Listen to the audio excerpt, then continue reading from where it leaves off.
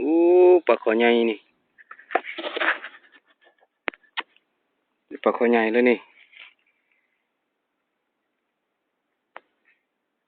ปลาบักใหญ่พี่น้องเอ้ยนี่อาหารตอนแรงๆ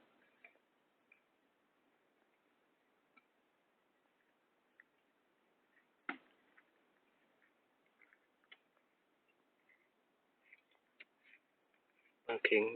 แต่เองก็เองก็ฮะ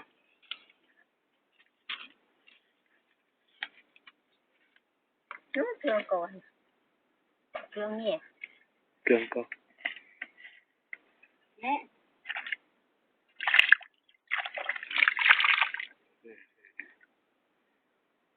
ปลาเข็ง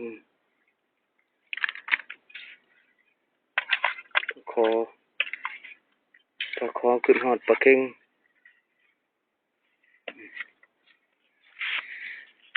อันนี้ก็คือปลาเข็งนี่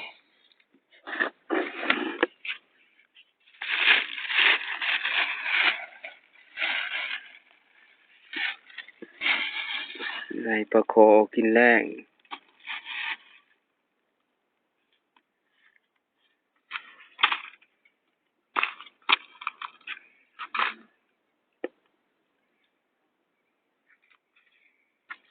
บักใหญ่บักใหญ่